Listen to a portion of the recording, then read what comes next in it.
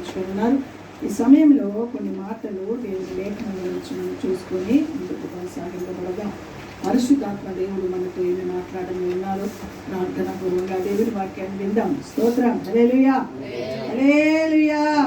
చూడండి 145వ కీర్తన, 145వ కీర్తన 14వ వచనాన్ని చదువుదాం. 145వ కీర్తన 14వ వచనం. యెహోవా పడిపోవు వారందరినీ ఉద్ధరించువాడు, కృంగిపోయిన వారందరినీ లేవనెత్తువాడు. చాలు.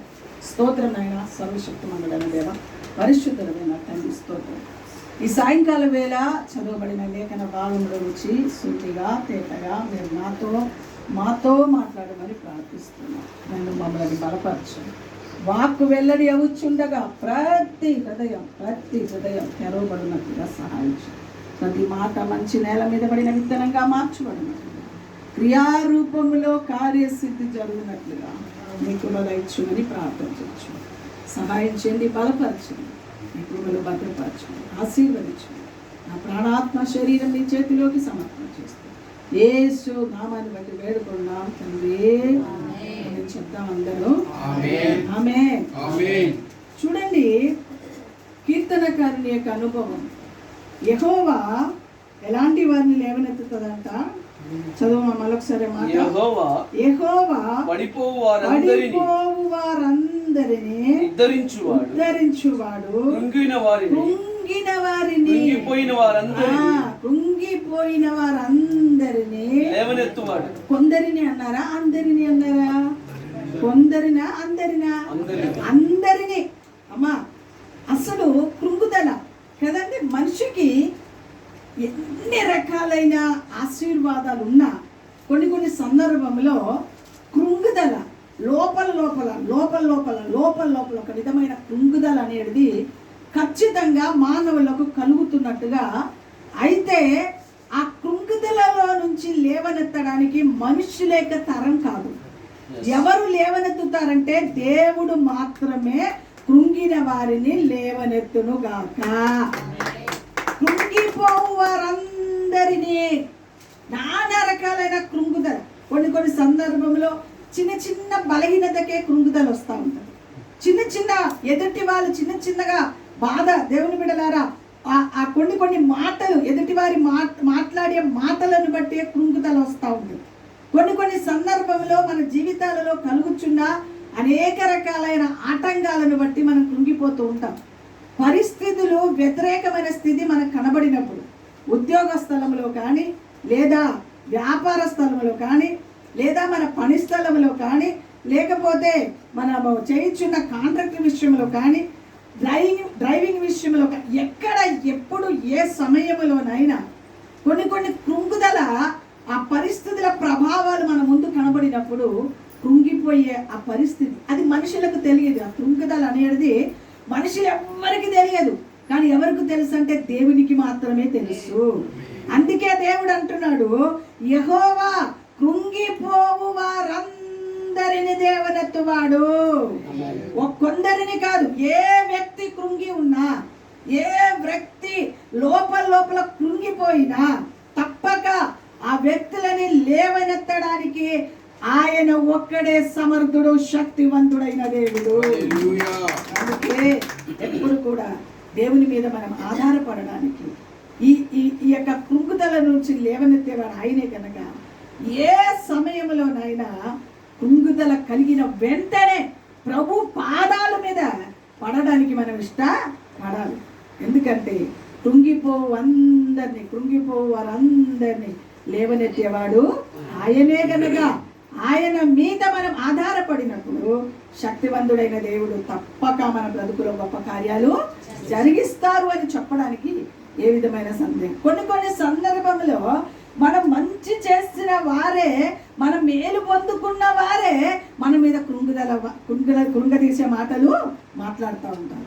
మన ద్వారా సహాయం పొందుకున్న వారే మనల్ని కృంగదీసే మాటలు మాట్లాడుతూ ఉంటారు. కొన్ని సందర్భం రక్త సంబంధికులే కృంగదీసే మాటలు మాట్లాడుతూ ఉంటారు. అయితే కృంగదీసేవారు అందరూ, కృంగిపోవు అందరినీ దేవాది దేవుడు లేవనెత్తువాడై ఉన్నాడు. ఏ మాత్రం అనుమానం లేదండి. దేవుడు ఒక్కడే కృంగిపోవు వారిని లేవనెత్తేవాడు అని చెప్పడానికి ఏ విధమైన సందేహం లేదు. అందుకే చూడండి 146వ కీర్తన 8వ వచనాన్ని చదువుతాం. 146వ కీర్తన 8వ వచనం. యెహోవా గ్రుడ్డివారి కన్నులు తెరవజేయువాడు. యెహోవా గ్రుడ్డివారి కన్నులు తెరవచేయువాడు. యెహోవా కృంగిన వారిని లేవనెత్తువాడు. యెహోవా నీతిమంతులను ప్రేమించువాడు. చూసారండి, కృంగిన వారందరినీ దేవుడు ప్రేమిస్తున్నాడు గనక దేవుడు లేవనెత్తుతాడు, ప్రేమిస్తున్నాడు. అమ్మా, ఎవ్వరు ప్రేమించినా ప్రేమించకపోయినా మానవులని మాత్రము దేవుడు తప్పక ప్రేమిస్తాడు. ఎందుకంటే ఆయన ప్రేమలో నుంచి మనల్ని ఎడబాపే వారు ఎవరు కూడా లేరు లేరు లేరు లేరు కొన్ని సందర్భములలో దేవుని బిడ్డలారా, మన దగ్గరున్న వ్యక్తుల ద్వారా, లేకపోతే పిల్లల ద్వారానో, లేకపోతే భార్య ద్వారానో, భర్త ద్వారానో మనకు కావలసిన ప్రేమ దొరకకపోవచ్చు. కానీ దేవాది దేవుడు పరిపూర్ణమైన ప్రేమ మానవులకు అందించే దేవుడై ఉన్నాడు. అందుకే ఆయన ఎప్పుడు కూడా కృంగిపోయి వారందరినీ ఏం చేస్తాడంట? లేవనెత్తువాడు. కృంగిపోయారు కదా, బాగా అయితారు అన్నాడు. మనము దేవుని బిడ్డల కొన్ని సందర్భాలు మానవులు ఏమంటారు? కృంగిపోయేవారు ఇంకా కృంగ తీయడానికి ప్రయత్నము చేస్తూ ఉంటారు. కానీ దేవుడు ఏం చేస్తాడు తెలుసా? అయ్యో, నా పిల్లలు ఫలానా విషయంలో కృంగిపోయి ఉన్నారే. ఎందుకో తెలుసా? మనుషులకు తెలియని కృంగుదల దేవునికి తెలుసు. మన బ్రతుకంతా దేవుని దృష్టిలో బట్టబయలుగా ఉన్నది. మన రాత్రి పగలు, మన జీవితాలు, ప్రతి క్షణము మనల్ని పరిశోధించి పరీక్షించి బలపరిచి నడిపించే దేవుడు నజరేయుడైన యేసు మాత్రమే. అందుకే ఆయన ఎప్పటికెప్పుడు ఏం చేస్తాడంటే, అయ్యో నా పిల్లలకి ఎప్పుడైనా కృంగుదల వస్తుందేమో, బాధ కలుగుతుందేమో, పరిస్థితుల ప్రభావాలు ఎలా ఉన్నదేమో అని ఎప్పటికెప్పుడు ఆయన ప్రేమ మనకు అందిస్తూ ఉంటాడు. ఆయన ప్రేమ మనకు అందిస్తూ ఉంటాడు. దేవుని బిడ్డలారా, అందుకే అంటాడు, క్రీస్తు ప్రేమలో నుంచి మిమ్మల్ని ఎడబాపు వారు లేరు లేరు లేరు ఎవ్వరు లేరు. ఎన్ని పరిస్థితులు, శ్రమ అయినా, ఎత్తైనా, లోతైన, బాధైనా, ఎలాంటి భయంకరమైన పరిస్థితులైనా ఆయన ప్రేమలో నుంచి మనల్ని ఎడబాపే. అసలు ఒక్క మాట చెప్పాలంటే, ఆయన ప్రేమే లేకపోతే మనం ఎక్కడో కొట్టుకొని పోయేవాళ్ళం. ఆయన ప్రేమే మనకు లేకపోతే మనం ఎక్కడో నశించిపోయేవాళ్ళం. అందుకే దావీదు యొక్క అనుభవం ఏంటంటే, ఎప్పటికప్పుడు ఆయన మీద ఆధారపడే అనుభవం ఆయన కలిగి ఉన్నాడు కనుక ఆయన సన్నిధిలో ఇదిగో యెహోవా కృంగిపోవారందరినీ ఆయన లేవనెత్తేవాడై ఉన్నాడు. లేవనెత్తడమే కాదు, నీతిమంతులను ఏం చేస్తున్నాడంట? ప్రేమించువాడు. నీతిమంతులనైనా ప్రేమిస్తూ ఉంటాడు. ఎప్పుడు కూడా ఆయన విడిచిపెట్టేవాడు కాదని సత్యాన్ని గుర్తెరగాలని ప్రభు పేరట మనం చేస్తున్నాం. దేవుని బిడ్డలారా, దేవుని సన్నిధిలో ఎలా ఉంటుంది మన బ్రతుకంటే, లోపల ఆలోచన, విచారం కృంగుదల మనకి ఎలా కలుగుతుందంటే, కొన్ని సందర్భంలో కొన్ని వాటిని బట్టి మనం ఆలోచన చేస్తూ ఉంటాం. ఎక్కువగా ఆలోచన చేస్తూ ఉంటాం. అందుకే హృదయములో విచారం ద్వారా కృంగుదల కలుగుతుందని సామెతల గ్రంథంలో రాయబడింది. ఏ విచారం? హృదయములో విచారం ద్వారా మనుషులకు కృంగుదల కలుగుతాయన్న. ఎందుకంటే దేవుని బిడ్డలారా, విచారం కొన్ని సందర్భంలో మనం అనుకున్నది జరగకపోయినా, మన బ్రతుకులో మేము ఆలోచించింది మనం పొందుకోలేకపోయినా, దేవుని బిడ్డలారా, ఎవరి ద్వారా మనం ఎదుటి వారి ద్వారా ప్రేమని పొందుకోవడం, ఆ ప్రేమ మనకు దొరకకపోయినా మనకేం కలుగుతుంది?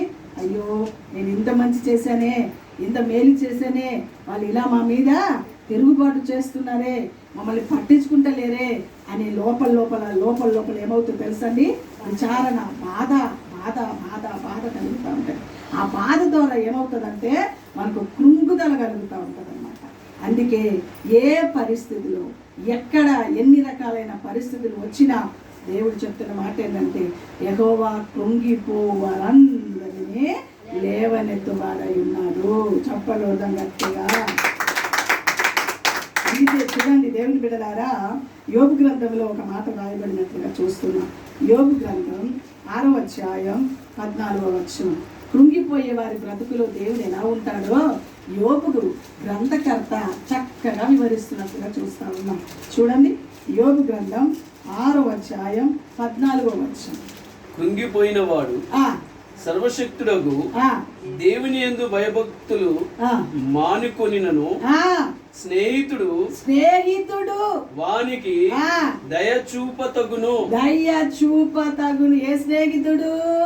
ప్రాణ స్నేహితుడైన నజరేయుడైన యేసు దయ చూపుతాడంట. కొన్ని కృంగుదల మనకి కలిగినప్పుడు మనం ఏం చేస్తాం తెలుసా? ప్రార్థన మానేస్తాం. కృంగుదల కలిగినప్పుడు మందిరాలు మానేస్తాం. కృంగుదల కలిగినప్పుడు దేవుని సన్నిధి మానేస్తాం. నాకు ఇంత బాధ ఉంది, ఏం మోగరిస్తాం అని అనుకుంటాం మనసులో. మనుషులు దేవుని దగ్గర నుంచి దూరం అవ్వడానికి గల కారణం ఏంటో తెలుసా? కృంగుదలే. లోపల విచారం, లోపల ఉన్న బాధ మనల్ని ఏం చేస్తుందంటే మందిరంలోకి వెళ్ళని. అందుకే అక్కడ యోబు గ్రంథకర్త భయభక్తులను మానుకొని నన్ను ఎంత చక్కగా చెప్పాడు తెలుసా అండి.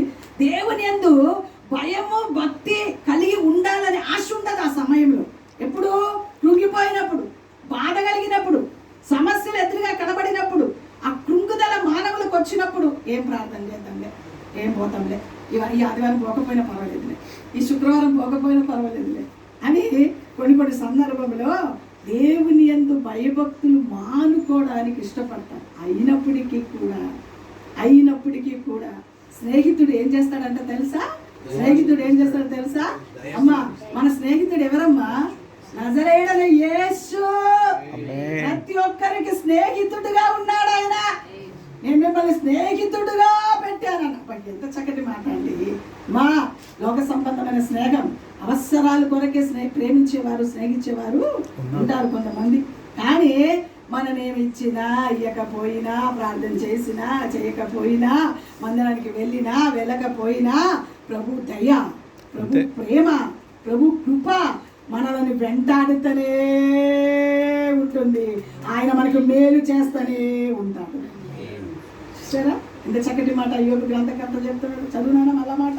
కృంగిపోయిన వాడు సర్వశక్తుడగు దేవుని యందు భయభక్తులు మానుకొనినను. అది కృంగిపోయిన వాడు సర్వశక్తుని దేవుని యందు భయభక్తులు మానుకొనినను స్నేహితుడు వానికి దయ చూపతగును. దయ కృప.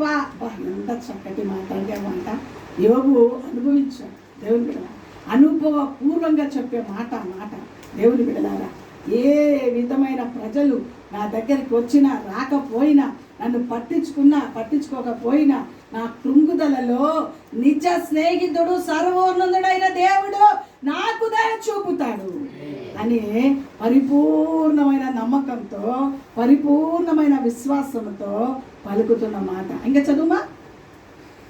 నా స్నేహితులు ఎండిన వాగు వలెను మాయమైపోవు జల ప్రవాహముల వలెను నమ్మకూడని వారైరి. అది స్నేహితులు ఎలా ఉంటారంట?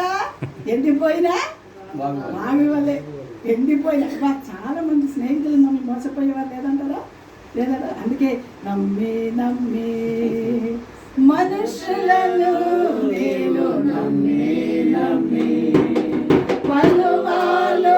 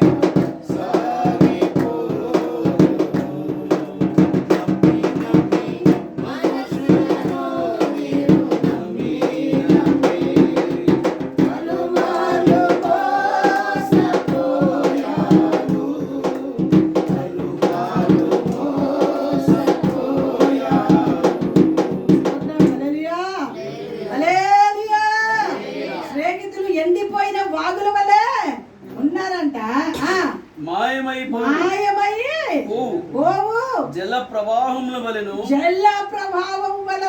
నమ్మకూడని వారైతిరి. ఎంత చక్కటి మాట. ఎవరిని నమ్ముతామండి లోకంలో? ఎవరిని నమ్ముతాం? నిజ స్నేహితుడు. అందుకే అన్నాడు అబ్రహాముతో దేవుడు అన్నాడు, అబ్రహాము నా స్నేహితుడు. ఎవరికి స్నేహితులుగా ఉన్నా లేకపోయినా సృష్టికర్త సర్వోన్నతుడు శక్తివంతుడైన దేవునితో మన స్నేహాన్ని కలుపుకుంటే ప్రతి సందర్భములలో ఆయన మనల్ని మోసం చేయడు, విడువడు, త్రోసివేయడు. ఏ రోజు విడిచిపెట్టకుండా కుంగిపోచిన సమయంలో లేవనెత్తేవాడై ఉన్నాడు, దయ చూపేవాడై ఉన్నాడు. ప్రతి సందర్భంలో పక్కలో నిలిచి ఆదుకునేవాడై, ఆదరించేవాడై దేవుడు మన పక్షంలో కార్యములు చేయబోతున్నాడు. చెప్పండి దేవుని బిడ్డలారా, ప్రభు సన్నిధిలో ఎంతవరకు అయ్యా లోకంలో స్నేహితులు ఎవరు నాకొద్దయ్యా, ఎవరిని నమ్మినా ఈరోజు మోసం చేసేవాడు ఉన్నారు. కానీ ప్రభువుని నమ్ముకుంటే ఆయన మన మీద దయ చూపుతాడు, స్నేహితుడుగా ఉంటాడు, లేవనెత్తుతాడు. ఎంత చక్కటి మాట. దేవుని బిడ్డలారా, ప్రభు ఒక్కడే నమ్మదగినవాడు. లోకములో ఇప్పుడు, రేపు, గత దినములలో, రాబోయే దినములు, తరతరాలు నమ్మదగిన దేవుడు ఆయన ఒక్కడే. లోకంలో ఆయన ఒక్కడే నమ్మదగిన వాడు. లోకంలో నమ్మదగిన వారు ఎవ్వరు కూడా ఎండిపోయిన వాగులుగా అయిపోయారంట. దేవుని బిడ్డలారా, ఏమయ్యారంట? ఎండిపోయిన వాగులు. ఏమయ్యారంట స్నేహితులు? ఎండిన వాగుల వలెను మాయమైపోవు జల ప్రవాహము వలెను నమ్మకూడని వారయ్యారు. నమ్మకూడని వారు. ఎవరిని నమ్ముతామండి? ఎవరిని నమ్ముతాం? ఇంట్లో ఎవరిని నమ్ముతాం? బయట ఎవరిని నమ్ముతాం? స్నేహితులను ఎవరిని నమ్ముతాం? దేవుని బిడ్డలారా, ఎవరిని నమ్మడానికి ఈరోజు అవకాశము లేదు లేదు లేదు లేదు. మనతో మంచిగా ఉన్నట్టే ఉంటారు. దేవుని బిడ్డలారా, వెనకాల మనకు వెన్నుపోటు పొడుస్తూనే ఉంటారు. అందుకే ఎవరిని నమ్మదు ఈ రోజులలో. ప్రభుని తప్ప సృష్టికర్త సర్వోన్నతుడైన దేవుని తప్ప ఏ వ్యక్తులు కూడా నమ్మదగిన వారు కారు అనే సత్యము యోబు గ్రంథకర్త తెలియచేస్తా ఉన్నాను మనకు. కాబట్టి దేవుని బిడ్డలారా, దేవుని మీద ఆధారపడితే ఆయన మనకు దయ చూపుతాడు. ఎవరు విడిచిపెట్టినా, ఏ తోబుటోలు విడిచిపెట్టినా, అన్నదమ్ములు విడిచిపెట్టినా, అక్క చెల్లెలు విడిచిపెట్టినా, భార్య భర్తను విడిచిపెట్టినా భర్త భార్యని చెప్పాలి విడుచు. ఎంతమంది లేరు అనుకుంటున్న లోకంలో. అమ్మా, బయటికి వెళ్తే తెలుస్తుంది మనకు ఆ పరిస్థితులన్నీ. మనకు తెలియదు, మన బ్రతుకులు తెలియదు. దేవుని బిడ్డలారా, ఒక్కొక్కరు ఒక్కొక్క బాధ. ఈరోజు దేవుని బిడ్డ కన్న తల్లి ఆడపిల్లల్ని వదిలిపెడతా ఉన్నారు. ఆ పిల్ల ఎక్కడ బ్రతుకుతారో తెలియదు, ఆ పిల్ల ఏం తింటారో తెలియదు, ఆ పిల్ల ఎక్కడ ఉంటుందో తెలియదు. కన్న తల్లి దేవుని బిడ్డ ఆడపిల్లల్ని పట్టించుకోకుండా రోడ్డు మీద వదిలేస్తున్నారు.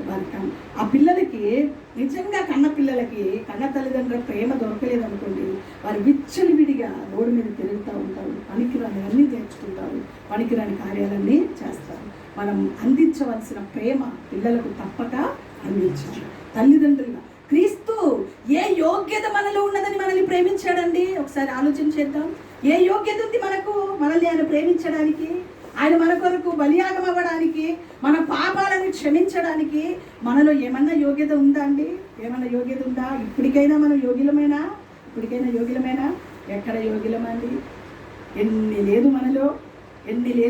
ఆయన మన పాపములని అతిక్రమం లెక్కబడితే ఎవడు నిలబడగలుగుతాడనే సన్నిధిలో? ఎవ్వరు నిలబడలేరండి. దేవుని బిడ్డలా, ఏ పూట కాపూట కనికర సంపన్నుడు గనక మనల్ని క్షమిస్తున్నాడు గనక, దయ చూపుతున్నాడు గనక, కృప చూపుతున్నాడు గనకనే మనం ఈరోజు సజీవులుగా ఉన్నామంటే కేవలం ఆయన ఉచితమైన కృప, ఆయన దయ, ఆయన ప్రేమ, ఆయన కనికరం తప్ప లోకంలో మన మంచిని బట్టి మనం కాపాడుతున్నామంటే మనంత మోసగాలు ఇంకొకరు చెప్పాలి. మనంత మోసగాలు మనల్ని మనం మెచ్చుకుంటే మన కాళ్ళకు మనమే దండం పెట్టినట్టే. మనలో ఏ మంచి లేదండి అమ్మా, ఏ మంచి లేదు మనలో. అనుకుంటాం మంచివారు, ముఖస్థుతి కొరకు చెప్తాం అమ్మగారు ఎంత మంచిదో అని. వెనకాల పోయి ఏ సక్తనే చెల్లి. దేవుని బిడ్డలారా, ఏ మంచి లేదండి. ఏ మంచి లేదు. ప్రభు పిలిచిన పిలుపు, ఆయన కృప తప్ప ఏ మంచి కూడా మనలో లేదు అని ఒప్పుకోవాల్సిందే. ఏ పూట కాపూట దేవుని దగ్గర ఒప్పుకోవాల్సిందే. ఒప్పుకొని ప్రభు కనికరం వరకు కనిపెడితే తప్ప మన బ్రతుకులో ఈ ఆశీర్వాదాలు మనము పొందుకోలేము, చూడలేము. దేవుని ద్వారా మంచి ఎవరు? ఎవరి దగ్గర ఉంది మంచి? ఆ మంచివాడు ఎవరు? దేవుడు అంటాడు, మంచివాడు దేవుని బిడ్డలారా ఆయన ఒక్కడే. లోకంలో ఎవరు మంచివాడండి? ఆయన ఒక్కడే మంచివాడు. ఎవరు మనిషిగా పుట్టిన ఏ వ్యక్తులు మంచివారు కారు. ఆయన ఒక్కడే మంచివాడు. నాలో మంచి ఉందనంటే నా కళ్ళకి నేను దండం పెట్టుకున్నట్టే, నాలో నేను మెచ్చుకున్నట్టే. అంతే, మెచ్చుకోవడానికి పనికి వస్తాం అంతే. దేవుని బిడలారా ఎవరు మంచివాళ్ళు కారు. ఏ పూట కాపూట కృపాసనం దగ్గరికి వెళ్ళి, అయ్యా నా పాపాలను క్షమించయ్యా, నీ కనికరం నా మీదకి రానివ్వండి ప్రభా, నీ కృప నా మీదకి రానివ్వండి నాయనా అని మనం వేడుకుంటే తప్ప దయ చూపే స్నేహితుడు, సర్వోన్నతుడైన దేవుడు, కృంగిన వారిని లేవనెత్తే దేవుడు, సృష్టికర్త అయిన దేవుడు మన ఎడల నిత్యము దయ చూపునుగాక, కృప చూపునుగాక, నిత్యం మనం లేవనెత్తునుగాక. అట్టి అనుభవంలోకి మనం మార్చబడడానికి మన జీవితాన్ని అనేకమైన హృదయ విచారణ ద్వారా, బాధ ద్వారా అనేక సందర్భంలో కృంగితల మన బ్రతుకులో రావచ్చు. అయితే ప్రభు చెప్పే మాట ఏమో తెలుసా? నేను నీకు దయ చూపుతాను. ఒక స్నేహితుడు దయ చూపి, స్నేహితులైనా వదిలిపెట్టి పోతారేమో, నేను మాత్రం నిన్ను వదిలిపెట్టి పోను. నా దయ నిత్యం నీకు ఉంటుంది, నా కృప నీకు ఉంటుంది, నా కనికరం నీకు ఉంటుంది. కృంగిన వారందరిని యెహోవా ఏం చేస్తున్నాడు? లేవనెత్తుతాడు. దేవుని బిడ్డలారా ఒకరోజు ఇశ్రాయేలు ప్రజల మీదకి ఫిలిష్తీయుడు, దేవుని బిడ్డలారా గొప్ప దేవుని బిడ్డలారా భయంకరమైన మనిషి కదా, మనందరికీ తెలుసు కదా.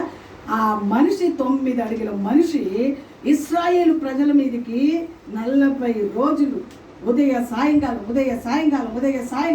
రే నన్ను ఎదిరించే వాడు ఎవడైనా ఉంటే రారా అని దేవుని బిడలారా చక్కగా అందరి దగ్గర దేవుని బిడలారా ఆయన భయంకరమైన మాటలు మాట్లాడుతూ ఉంటే, దేవుని బిడలారా దావీదు అంటాడు ఇశ్రాయేలు ప్రజలతో, ఈ ఫిలిష్తీయుని బట్టి మీ హృదయము కృంగనక్కరలేదు. చెప్పలేదమ్మ గట్టిగా. ఈ ఫిలిష్తీయుని బట్టి మీరు మీ హృదయములో విచారపడద్దు, కృంగొద్దు. ఈ ఫిలిష్తీయుని ఇదిగో నేనే ఆయన నామములో మీ చేతికి అప్పచెప్తాను. చెప్పలేదమ్మ గట్టిగా. చూద్దామా మాట? చూడండి సమూయేలు గ్రంథం, మొదటి సమూయేలు గ్రంథం 17వ అధ్యాయం 32 చదువు, 31 చదువు, 32 అనుకుంటా. చూడు కొంచెం కిందికి మీదకి ఉండదు వాక్యం నా బైబిల్లో, అందుకొరకే చెప్తున్నాను. దావీదు చెప్పిన మాటలు మొదటి సమూయేలు గ్రంథం 17వ అధ్యాయం 31, 32 చదువు. ఈ ఫిలిష్తీయుని బట్టి ఎవరి మనస్సును కృంగ నిమిత్తము లేదు.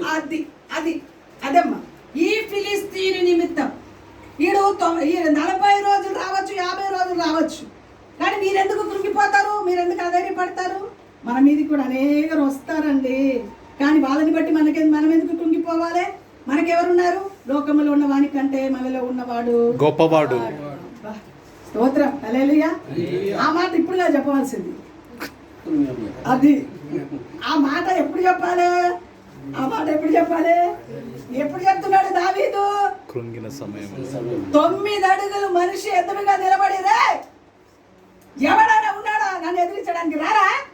రారా అని చెప్పేసి ఇశ్రాయేలు ప్రజల మీదకి వెళ్తుంటే దావీదు అంటాడు, నాయనా తండ్రులారా, ఓ ఇశ్రాయేలు ప్రజలారా, ఈ ఫిలిష్తీయుని బట్టి మీ హృదయము కృంగ నిమిత్తము లేదు. ఏ మనిషిని బట్టి మన హృదయం, ఏ కార్యాలను బట్టి, ఏ పరిస్థితుల ప్రభావాలను బట్టి మన హృదయంలో కృంగుదల రావద్దు. ఎందుకో తెలుసా? నజరేయుడైన యేసు మనకు తోడయి ఉన్నాడు, లేవనెత్తేవాడిగా ఉన్నాడు, దయ చూపేవాడిగా ఉన్నాడు, కృప చూపేవాడిగా ఉన్నాడు, అద్భుతాలు చేసేవాడిగా, స్నేహితుడిగా ఉన్నాడు. ఆమేన్. ఎందుకండి కృంగాలి? ఎందుకు కృంగాలి? అసలు ఏ కార్యమైనా జరగలేదనుకో ఎప్పుడైనా మనసు ఏమవుతుంది? ఎందుకు కృంగాలి? దేవుడు మనకు ఉన్నాడా లేదా? ఒక్కటి ఆలస్యమైందనుకో గొప్ప కార్యాలు చేయబోతున్నాడు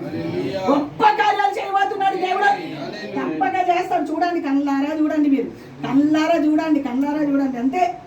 మనం ఎప్పుడు కూడా ఏ సమయంలో కూడా అయ్యో అయ్యో అయ్యో అయ్యో అయ్యో అని హృదయంలో విచారణ వచ్చిందో నిన్ను కృంగదీసి నేల మట్టుకు అంచేసి ఇంకా ప్రార్థన వద్దు, ఇంకా వాక్యం వద్దు, ఇంకా మందిరం వద్దు, దైవ కార్యాలు వద్దు. ఎందుకు చేయలేదు దేవుడు? ఇదే ఆలోచన వస్తుంది. అర్థమవుతుందా? అపవాదికి చోటివద్దు. శ్రమ దినములో కృంగిన వారు చాతగాని వారు. శ్రమ కలిగినప్పుడు కృంగిపోవద్దు. అందుకే శ్రమ కలిగినప్పుడు ఇదిగో ఈ ఫిలిస్తీన్ను బట్టి మీరు కృంగడానికి వీలు లేదు. చదువు నాకిది. మీ దాసుడైన నేను అదే వానితో పోట్లాడుదును అని దావీదు సౌలుతో అనగా ఎంతున్నాడండి చెప్పండి. 5 ఫీట్. ఆ మహాన్ బాబు ఎంత 9 ఫీట్. 9 ఫీట్ మనిషి ఎక్కడ, 5 ఫీట్ మనిషి ఎక్కడ? ఇట్టా చూసాడు. ఇట చూసి ఆయన తల దొరకాలంటే అసలు నేను ఒక మాట చెప్పిన, అసలు ముందుకి దేవుని బిడ్డలారా, దావీదు 5 రాళ్ళు ఏరుకుంటే 5 రాళ్ళు జోబులో పెట్టుకొని ఒక రాయితో అసలు మనం ఆలోచిస్తే ఎట్లుంటుంది పరిస్థితి తెలుసా? అసలు ఆయన రాయితో కొట్టంగానే వెనకకు పోవాలి, ఆయన వెనకకు పడాలి. కానీ ఎందుకు ముందుకు పడ్డాడు? ఈయన కొట్టంగానే దేవుడు ఆయన పక్షంలో ఉండి వీపులో ఒక తన్నదాన్ని ముందుకు పడేశాడు. అర్థమైందా మీకు? అర్థమైందండి? అసలు రాళ్ళతో ఇప్పుడు నేను ఉన్నాను అనుకో, నన్ను మనీ ఇట్లా కొట్టాడు అనుకో, నేను ఎట్లా వాళ్ళు వెనకాల, అవునా? వెనకాల. కానీ గొల్లియాతు వెనకాలకు పడకుండా ముందుకు పడడానికి గల కారణం ఏంటో తెలుసా? ఎంత నమ్మకం పెట్టుకున్నాడో తెలుసా దావీదు దేవుని మీద. 5 అడుగులు. తన హైట్ చూడలే, తన వెయిట్ చూడలేదు. దేవుని బిడ్డలారా, తన బలం మీద ఆధారపడాలి, దేవుని బలం మీద ఆధారపడ్డాడు. ఆమేన్. ఓ లార్డ్ జీసస్. అమ్మ, ఈరోజు మనం బలహీనలమే, కానీ మనలో ఉన్న దేవుడు బలవంతుడు. ఆమేన్. కదండి? మన బలహీనలమే, శారీరకంగా బలహీనలమే. దేవుని బిడ్డలు అనేక రకాలైన బలహీనతలు దేవుని బిడ్డలారా మనకు రావచ్చు. కానీ మనం బలహీనులే, కానీ మనలో ఉన్న దేవుడు బలవంతుడు. అందుకే 5 ఏరుకున్నాడు ఒక్కదానితోనే, ఒక్క రాళ్ళు. ఒడిస్సాలు దేవుని బిడ్డలారా తిప్పి కొట్టిన వెంటనే దేవుని బిడ్డల వెనకకు పడవలసిన మనిషి దేవుడు ఆయన పక్షంలో ఉన్నాడు గనక, ఆయన తల నరకాల గనక వెనకకు పడితే సాధ్యం కాదు. ముందుకు పడితేనే, బోర్ల బొక్కల పడితేనే పరువని వెళ్ళి వీపు మీద కూర్చుంటున్నాడు. అంతే. ఎంత అసలు ఆ వాక్యం చదువుతుంటే ఒక వైపు నుంచి ఎంత ఆనందం అనిపిస్తుందో తెలుసా? ఎంత గొప్ప కార్యాలు చేశాడు దేవుడు దావీదు పక్షంలో ఉండి. 9 అడుగుల మనిషిని 5 అడుగు మనిషి తల నరకాలంటే ఎంత ఎంత ఎంత శక్తి ఉండాలండి. అది దావీదు శక్తి. ఏమన్నా దావీదు శక్తి అండి? దావీదు శక్తి, దావీదు జ్ఞానమా, దావీదు తెలివా? దావీదు ఎవరి మీద ఆధారపడ్డాడు? జీవంగల దేవుని మీద ఆధారపడ్డాడు, బలమైన దేవుని మీద ఆధారపడ్డాడు, సృష్టికర్త అయిన దేవుని మీద ఆధారపడ్డాడు. అందుకే చెప్పాడు, ఇదిగో ఈ ఫిలిస్తీని వచ్చి మీ హృదయం కుంగనక్కరా లేదు, మీరు ఎందుకు కృంగిపోతున్నారు? అసలు అందుకే అన్నాడు, అసలు ఈడింత ఉన్నాడు, నువ్వు నా మీదకి రావడం నేను కుక్కనారా అంటే వాడే అనుకున్నాడు కుక్కనే నేను అన్నట్టు. ఒప్పుకున్నాడు. 9 అడుగుల మనిషి ఏమని ఒప్పుకున్నాడు? కుక్కనా అంటే నేను కుక్కనే అన్నట్టుగా తనకి తానే ఒప్పుకున్నాడు. కానీ దావీదులో ఉన్న దేవుడు దావీదు ఏ దేవుణ్ణి ఆధారం చేసుకొని గొలియాతు మీదకి వెళ్ళాడో ఆ దేవుడు, ఆ సృష్టికర్త అయిన దేవుడు ముందు నుంచి దేవుని బిడ్డ రాళ్ళతో ఒడిసెల రాళ్ళు విసిరిన వెంటనే వెనకాల దేవుడిని ఒక్క దెబ్బ తప్పేశాడు. అంతే. బోర్ల బొక్కల పడ్డాడు. పరుగోని వెళ్ళి ఈపు మీద కూర్చొని తలని ఏం చేశాడు? నరికాడు. అబ్బా, ఎంత అద్భుతమండి. మనం ధైర్యం పొందుకోవడం ఒక్క మాట చాలు. నీ దేంతో పొందుకోవడం నాకు తెలియదు, కానీ ఈ మాట ప్రతిరోజు గుర్తు చేసుకుంటాను, తప్పనిసరి గుర్తు చేసుకుంటా. ఆయన పక్షంలో ఉన్న దేవుడు మా పక్షంలో ఉండవా? నువ్వు ఖచ్చితంగా ఉంటావు. నీ మీద ఆధారపడితే నువ్వు మా పక్షంలో ఉంటావు. ఆధారపడకనే ఆధారపడకనే మన బ్రతుకులో కార్యాలు చూడలేకపోతున్నాం. ఆధారపడితే ఎలాంటి వారినైనా మన చేతికి దేవుడు ఏం చేస్తాడు? అప్పచెప్తాడు, ఖచ్చితంగా అప్పచెప్తాడు. దాంట్లో డౌట్ పడే అవసరమే లేదు. ఎంత చక్కగా చదువునా మాట. ఈ ఫిలిష్తీయుని బట్టి ఎవరి మనస్సును కృంగనిమిత్తం లేదు. మీ దాసుడైన నేను మీ దాసుడనైన నేను వానితో పోట్లాడుదునని దావీదు సౌలుతో అనగా సౌలు ఈ ఫిలిష్తీయుని ఎదుర్కొని వానితో పోట్లాడుటకు నీకు బలము చాలదు, నీవు బాలుడవు, అది వాడు బాల్యం నుండి యుద్ధాభ్యాసము చేసిన వాడని. ఏది చేసినా అవసరం. ఏసు రక్తమే జయం. వాడికి తెలివి ఉండొచ్చు, జ్ఞానం ఉండొచ్చు, విద్యాభ్యాసం ఉండొచ్చు, యుద్ధాభ్యాసం. అసలు వాడు దేవుని బిడ్డలారా యుద్ధం చేయడానికి వచ్చాడు. యుద్ధ ఆవరణాలన్నీ ఎవరి చేతిలో పెట్టాడు? ఇంకొక చేతిలో పెట్టాడు వాడు. అందుకే సావడానికి కారణమైంది. దేవుడికి తెలుసా? ఏం తెలుసు? దావీదు చేతికి ఆ రోజు తప్పక గొలియాతు అప్పచెప్పబడవలసిందే. శత్రువు కూడా ఏం చేశాడు? సరే అయిందిరా నీ పని, మూడిందిరా నీకు ఇక అని చెప్పి పంపించాడు. ఎప్పుడు యుద్ధం దేవుని బిడ్డలారా ఆయుధాలన్నీ ధరించుకొని వచ్చేవాడు. ఆ రోజు ఆయుధాలు ధరించుకోకుండా వచ్చాడు. ఎందుకో తెలుసా? దావీదు పక్షంలో ఉన్నాడు దేవుడు. ఆయనని యుద్ధానికి వస్తున్నాడు కానీ యుద్ధ ఆయుధాలు ధరించుకోకుండా చేసేవాడు ఎవరు? అదండి. శత్రువులని ఎలాగైనా ఎంత విద్య ఉన్నా, ఎంత పలుకుబడిలున్నా, ఎంత గొప్పవాడైనా, ఎంత దేవుని మీద ధనవంతుడైనా, వాడు ఎవడైనా సరే, అందగాడైనా ఆటగాడైనా, ఎంతటి వాడైనా, శత్రువులు దేవుని బిడ్డలారా మన చేతికి అప్పచెప్పబడాలంటే ఏ విధంగా అప్పచెప్తాడు దేవుడు? చెడలేదా? 40 రోజుల నుంచి పోరాడుతున్నాడు. వస్తారా? ఎవరైనా ఉన్నారా? మీరు నాతో యుద్ధం చేసేవారు ఎవరైనా ఉన్నారా? పొద్దున సాయంకాలం సవాలు విసురుతున్నాడు. అయ్యా వచ్చి కదండి. అందుకే ఎప్పుడైనా దేవుని బిడ్డలారా ఎక్కువ ఎగిరితే ఎవడో ఒకడు వేస్తాడు. ఇశ్రాయేలు ప్రజలు, లక్షల ప్రజల మధ్యలో ఒక్కరు కనబడలేదు కానీ ఆ ఒక్కరిని దావీదుని లేపాడు దేవుడు. చూసారా? లక్షల ప్రజల మధ్యలో ఎవరు ఆయన ఎదుర్కోవడానికి ధైర్యము? అందరు యుద్ధంలో ఉన్నారే కానీ ఎవరి మీద ఆధారపడ్డాడు? వారి బలం మీద. అసలు వాళ్ళందరూ గొలియాతుని చూస్తున్నాడు కానీ దేవుని వైపు చూడలేదు. అర్థమవుతుందండి? వాళ్ళందరూ గొలియాతు బలం వైపు చూస్తున్నాడు, గొలియాతు హైట్ వైపు చూస్తున్నాడు, గొలియాతు యొక్క వెయిట్ వైపు చూస్తున్నాడు కానీ అన్నిటిపైన జయం ఇచ్చే దేవుడు మాకున్నాడు అని అర్థం చేసుకోలేదు, చూడలేదు.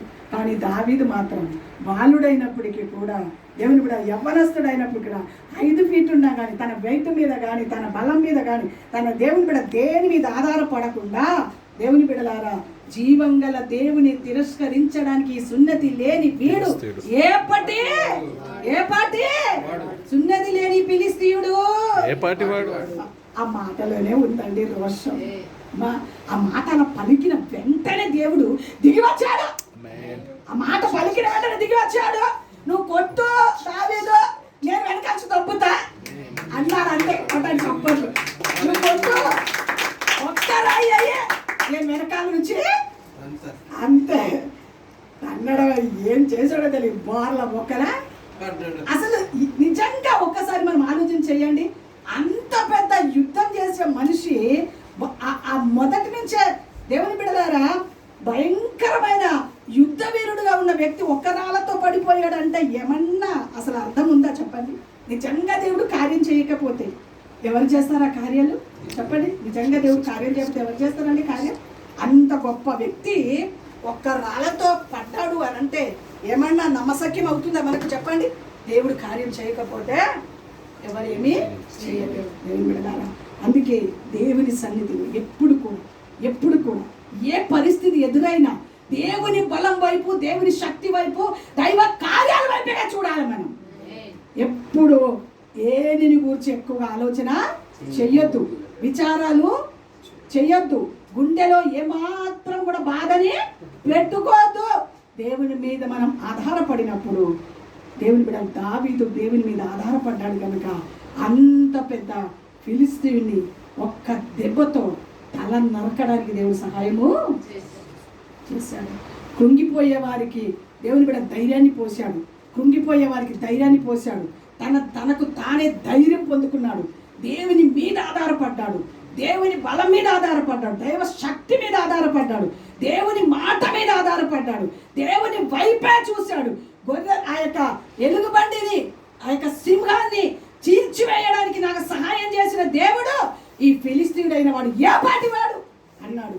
దేవుని బిడ్డలారా, అనడమే కాదు, తన క్రియారూపంలో కార్యము చేశాడు. దేవుని మనం అంటూ ఉంటాం కానీ క్రియలు చూపి. కానీ దావీదు ఏం చేశాడు తెలుసా?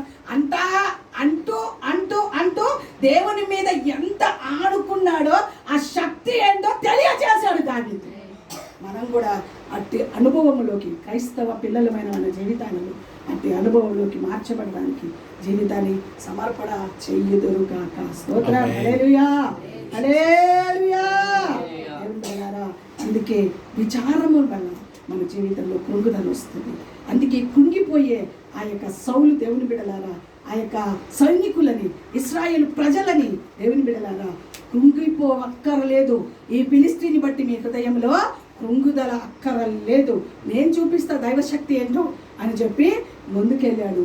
దేవుని బిడ్డలారా, దైవశక్తిని వాడుకున్నాడు. దైవశక్తిని అసలు పూర్తిగా మనం దేవుని మీద ఆధారపడితేమా ఖచ్చితంగా దైవశక్తి అనేది మనకు తప్పక చూపిస్తాడు. ఖచ్చితంగా చూపిస్తాడు. దాంట్లో డౌట్ పడే అవసరమే లేదు. మనం ఆయన మీద ఆధారపడక ఎన్నో చూశానండి. ఎన్నో దేవుని మీద ఆధారపడిన తర్వాత దేవుని కార్యాలు అనుభవించడం ఎన్నో చూసామండి. చూసి దేవుని బిడ్డలారా, అందుకే అంత రోషంతో, అంత పౌరుషంతో ప్రభు మీద ఆధారపడడానికి ఇష్టపడుతూ ఉంటాం. దేవుని బిడ్డలారా, ఎందుకు ఈ మాట చెప్తున్నానంటే, మనం ఎప్పుడు కూడా ఎవరి మీద ఆధారపడే అనుభవం ఉండాలి. దేవుని మీద ఆధారపడే అనుభవంలోకి నేను మార్చబడితే ఖచ్చితంగా శక్తివంతుడైన దేవుడు గొప్ప కార్యాలు జరిగిస్తాడని చెప్పడానికి ఏ విధమైన సందేహం లేదు. కృంగిన వారందరినీ ఏం చేస్తాడు? లేవనెత్తువాడు. ఒక స్నేహితుని వల్లే లేవనెత్తు. స్నేహితులైన నమ్మినా దేవుని బిడ్డలారా మోసపోతామేమో, కానీ ఆయన మనకు స్నేహితుడిగా ఉంటాడు. ఆయన మనకు దయ చూపే దేవుడిగా ఉంటాడు. దేవుని బిడ్డలారా, అంతేకాదు దావీదు ద్వారా గొలియాతు పైన జయమిచ్చినట్టుగా మన ద్వారా, మన దేవుని ద్వారా, దైవ శక్తి ద్వారా ప్రతి శత్రువుల పైన దేవుడు మనకు జయము ఇచ్చునుగాక. ఎవరిని బట్టి మన హృదయం కృంగే అవసరమే. పిల్లలను బట్టి, భార్యలను బట్టి, భర్తలను బట్టి, రక్త సంబంధికులను బట్టి, దేవుని బిడ్డలారా పక్క వాళ్ళని బట్టి, ఎవరో ఏదో అంటున్నారు. ఏ రోజు మన మనసులో కృంగుదల చెప్పాలి రావద్దు. నువ్వు కృంగిపోతే అపవాది పక్కలో ఉండి ఏం చేస్తాడో తెలుసా? నా పిల్లలు ఎంత బాగా కృంగిపోయారు, ఇంకా అయిపోయింది ఈయన పని అయిపోయింది, ఇంకా నాకే జయం అంటారు. అపవాదికి చోటిస్తారా? దేవునికి చోటిస్తారా? దేవుని మన ద్వారా మన దేవుడు గెలుపు పొందును గాక. మన ద్వారా మన దేవుడు ఏమవ్వాలి? చెప్పాలి. అసలు మీకు ఎక్కడ తెలుసా, దేవునికి మన మీద ఎంత నమ్మకమో తెలుసా? చాలా నమ్మకం పెట్టుకుంటాడు దేవుడు మన మీద.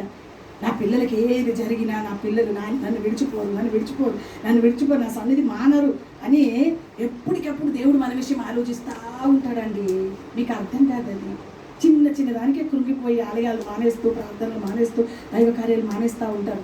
దేవుడు మన మీద ఉంచిన నమ్మకాన్ని మనం నిరూపించాలి.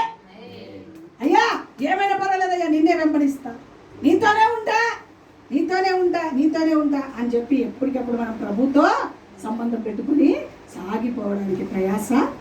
ఒకటి మాత్రం నిజమండి, మనం ఎంత దేవునితో సంబంధం కలుపుకొని సాగిపోతూ ఉంటామో అంతకంతకు శత్రువుల పైన జయం పొందుకుందురుగాక. అంటే దానికంటే ఇంకొకటి మన బ్రతుకులో అంతవరకు నీవే నాకు అంటావా? అబ్బా, నా బిడ్డలు దేవుడు నన్నే తలంచుకుంటున్నారు, నాతోనే ఉండాలనుకుంటున్నారు, నా దగ్గరే ఉండాలనుకుంటున్నారని దేవుడు ఎప్పటికప్పుడు మన పక్షములో దిగి వస్తాడండి. దేవుడి పిల్లలారా, అందుకే దావీదు కూడా ఎప్పుడు చూసినా దేవునితో ఉండడానికే ఇష్టపడ్డాడండి, దేవునితో ఉండడానికే ఇష్టపడ్డాడు. అందుకే తన బ్రతుకులో అపచయం అనేది కలగలేదు. ఘోరమైన భయంకరమైన పరిస్థితి తన బ్రతుకులో కలిగిన అపచయం అనేది తనకు రాకుండా తన బ్రతుకులో జయ జీవితము పొందుకున్నట్లుగా చూస్తున్నాం. ఒక్క మాట చెప్పి నేను ముగించేస్తాను. చూడండి దేవుని బిడ్డలారా, లాస్ట్ ఫైనల్ సామెతల గ్రంథం 16:3.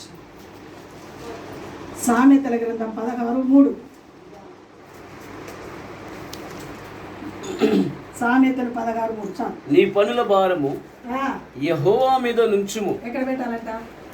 మన పనుల భారం ఎవరి మీద పెట్టాలంట? యెహోవా మీద నుంచు. మనమే రుద్దుకుంటాం అన్ని. Yes.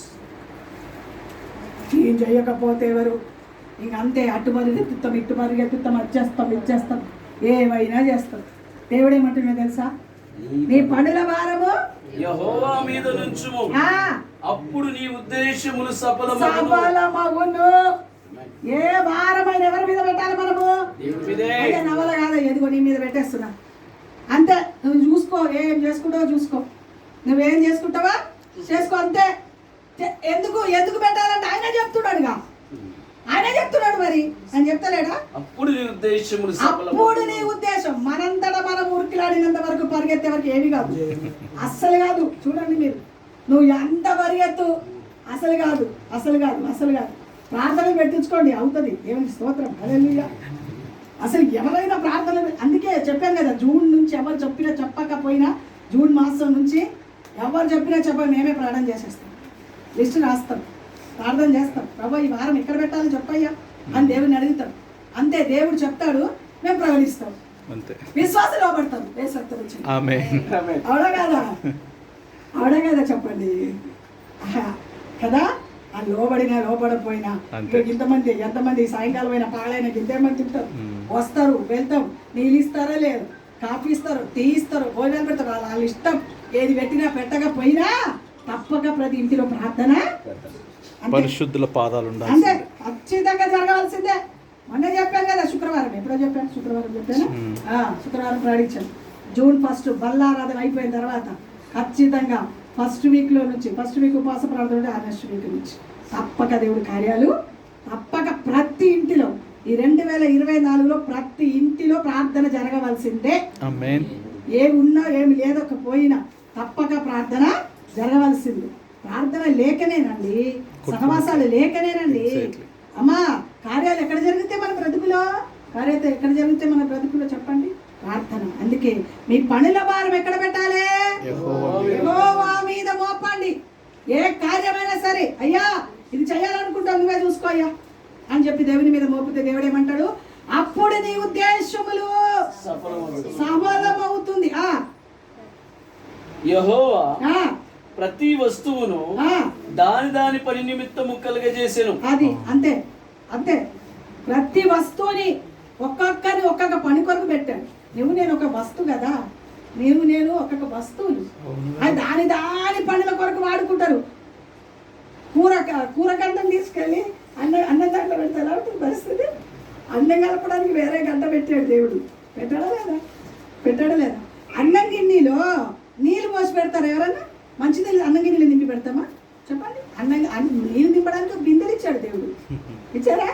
చల్ల నీళ్ళు పెట్టుకోవడానికి ఫ్రిడ్జ్లు ఇచ్చాడు దేవుడు. ఒక్కొక్క వస్తువులు ఒక్కొక్క దాని కొరకు వాడుకోమని ఇచ్చాడు దేవుడు.